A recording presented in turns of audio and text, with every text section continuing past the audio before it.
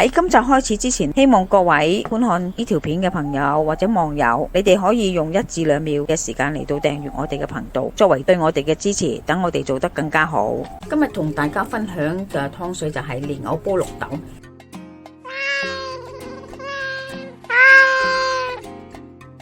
阿媽廚房。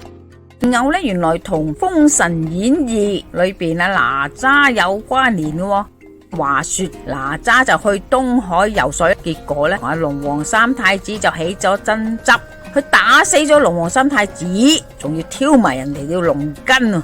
天庭就派天兵天將嚟到向佢問罪，哪吒手執紅纓槍就對住眾兵將大喊一聲：禍係我闖嘅，同我屋企人無關。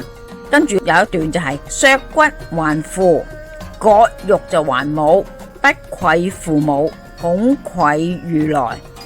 佛祖就同情阿哪吒為咗孝道嚟到枉死，認為命不該絕嘅。6月6日啦，就以蓮花就將哪吒復活。太乙真人就憐惜外徒，為咗使到佢復活，就用河藕做佢嘅骨骼，荷葉就做佢嘅肌肉，最終就使到阿哪吒就起死回生。太乙真人用蓮藕嚟做身體救活咗阿哪吒，哪吒就好感謝阿師傅，於是搓下身上邊嗰個皮啊，即係稠皮啦，同阿師傅沖一碗藕粉。藕粉原來係咁嚟嘅，你哋敢唔敢食啊？蓮藕有2種，一種就係有泥，一種就冇泥。有咩分別呢？好多人驚洗咗佢啲蓮藕用咩成分嚟洗過啊，唔安全啊，所以佢哋中意買泥嘅。我問過幾個人意見，有啲人就中意有泥，有啲人中意買冇泥嗰隻。我有7個窿同9個窿嘅分別。如果想知道詳情呢，你可以睇下 Facebook 嗰度有介紹噶啦。2個之間呢個叫做藕節，亦都係中醫藥材之一嚟嘅。我嚟醫咩呢？就係醫流鼻血啊，止血嘅作用嘅。成棵蓮藕都係好有作用嘅，有藥補氣養血嘅作用。咩叫養血啦？你鐵質唔夠嘅人可以喺蓮藕裏邊補充翻。蓮藕生食就涼，煲咗之後轉咗熱嘅。如果你胃啊有事就食少啲啊。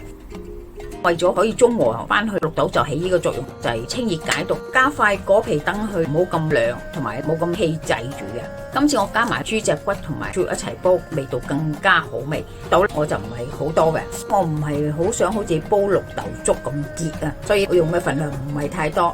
我聽到好多人都係咁樣做嘅，將蓮藕切開去，將啲綠豆塞入去個窿入邊先嚟煲湯。但係我中意飲嘅湯就係嗰啲綠豆，好似食綠豆水，同埋有啲起沙嘅感覺，所以我就唔做呢個步驟。首先就係洗咗啲蓮藕上面嘅泥先，一定要洗乾淨佢啊！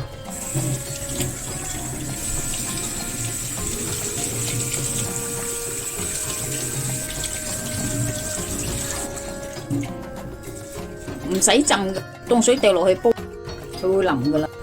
而家我哋開去先。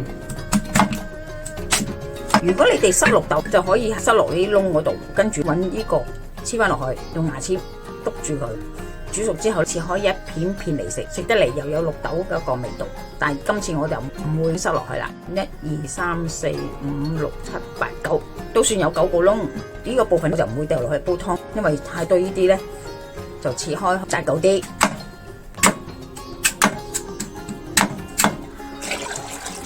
2公升水。倒咗啲綠豆落去先，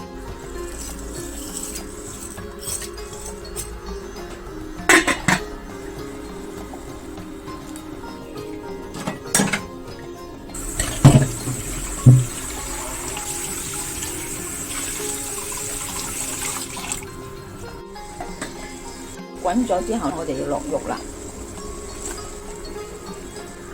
煲一陣間先至落蓮藕，等啲骨出咗味先。我哋而家落蓮藕啦，落埋果皮落去，煲咗有50分鐘。你睇下似綠豆水啊，綠豆嗰啲殼都開始嚟咗噶啦，你都聞到一陣綠豆味啊，好香。煲咗2個鐘，湯都煲好啦。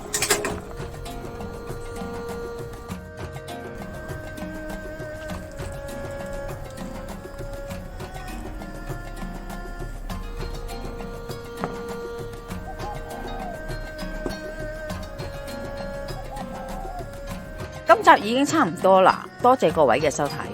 詳細食譜我哋會上傳喺 Facebook 嘅專頁裏邊，有興趣嘅話可以查閱。另外，如果喜歡我哋頻道嘅話呢，可以訂閱我哋嘅頻道，以作對我哋嘅支持。希望大家喜歡，我哋下集再見啦，拜拜。